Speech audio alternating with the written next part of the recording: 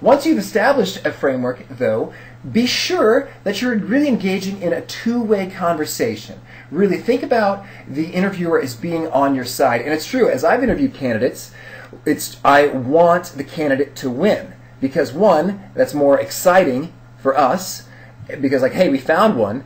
Two, a lot of times the people recruiting are alumni of the campus and they want to represent, make their school look good.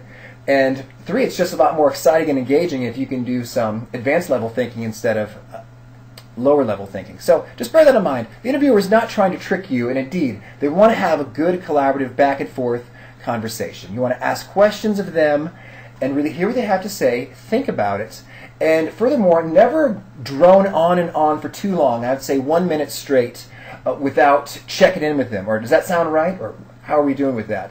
Because if you do that, they may have wanted to cut you off at 5 seconds, but you just kept going. And you've burned that extra 55 seconds of your case interview time, which you will never get back. So really make sure you're having a good exchange back and forth, not going too long interrupted. And also learn to recognize the cues, like when the interviewer is shutting you down. When you hear something like, we don't have that data, we don't really have any competitors in this niche, or straight no. When you ask a question, that typically means look somewhere else. They're usually not trying to fool you or trick you. Again, they're not trying to see how persistent you can be. And indeed, if you stubbornly, doggedly cling to your initial hypotheses, which are incorrect, that will be a bit of a turnoff. They really want to see that you're engaging them, you're listening to them, and you're seeing what they have to say to guide you.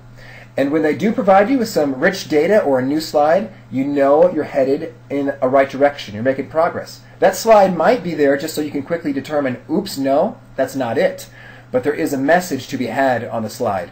Typically, it's not worth the interviewer's time in evaluating your capabilities to throw up dead ends and just see how you respond, because they can't get a good gauge for what you can do if they're burning through their time doing that. So follow the path and really have it be a two-way conversation and not you just spouting forth brilliant nugget after nugget. Next up is really about the tone that you should be conveying as you're having that conversation. I put a lot of P's there: poise, polish, professionalism, and passion throughout the case. Maybe just because my name is Pete and I like the letter P. But really, as you're having the conversation with the interviewer has a couple of questions inside his mind, like, does this guy really have the intellectual horsepower to tackle what we tackle on a daily basis? Is this someone I can really trust and put in front of a client, or is it going to be something of an embarrassment or lacks professionalism? If I were to be stuck in an airport, they call it the Cleveland test, with this guy, would that be fun for me, or is he really a bore? Or how will that attitude of yours hold up when we're at the client site at 1 a.m. revising the PowerPoint deck yet again? These are some of the things that are running through their mind, just a sense for if you've got the right stuff deep down. So some tips there is to go ahead and show off your real personality. Be genuinely curious and interested in the case. And of course, be professional, but don't be kind of stuffy. Like, make sure a little bit of you comes out so they can feel and appreciate that. And also, don't be cocky. Yes, you're smart. You got this interview by all means, but that is a huge turnoff and a stigma that consultants battle every day. So they don't want to bring someone on the firm who has a little bit of an attitude like they think they know it all. And just be careful about little things like word choice. Like if you say things like obviously or clearly, that kind of says, well, yes, I know this. So I recommend striking those words out of your vocabulary entirely. Because sometimes people say something is obviously the case and they are dead wrong. And that makes them look extra foolish because they threw an obviously on top of it. And also just watch the vocal pauses, the ums, you knows. And word choice, like awesome, might be a word that's normal amongst the young community and a word I use. But when you're inside the interview setting, just try and have it feel professional throughout while keeping your personality shining through. Just running that.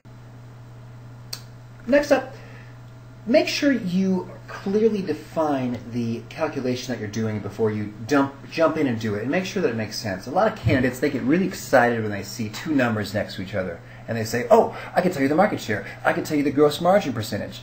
And sometimes that's very useful, and it's exactly what you want to know, but other times that's not so much useful. Or they'll multiply two things together that just make no sense. The product of that is not a meaningful number or ratio in any way. So really over-communicate what you're calculating and why you're calculating it, how that will move you forward in the process. And really speak aloud the units or the ratio that you're deriving.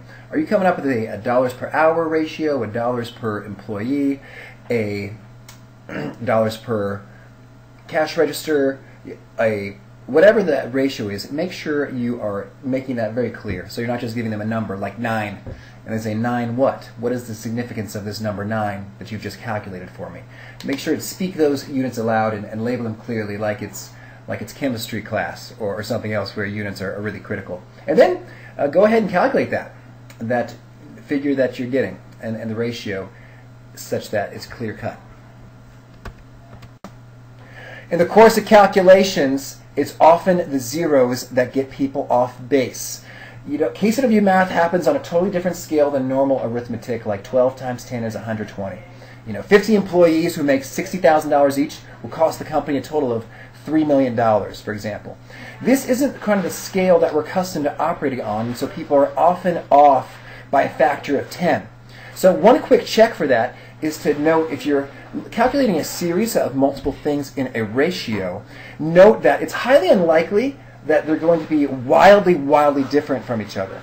Like if one product has a gross margin of 2% and the other one you've calculated has a gross margin of 80%, double check that. Maybe product A really had a gross margin of 20% or product B had a gross margin of 8%. It's more likely, if you're comparing things in a series, that that's how that goes.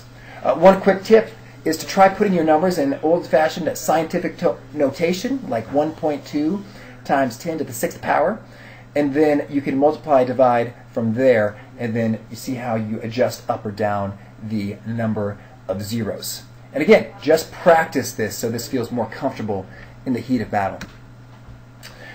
Finally, when it comes to getting an answer toward the end of the case, make sure that you're making a clear recommendation.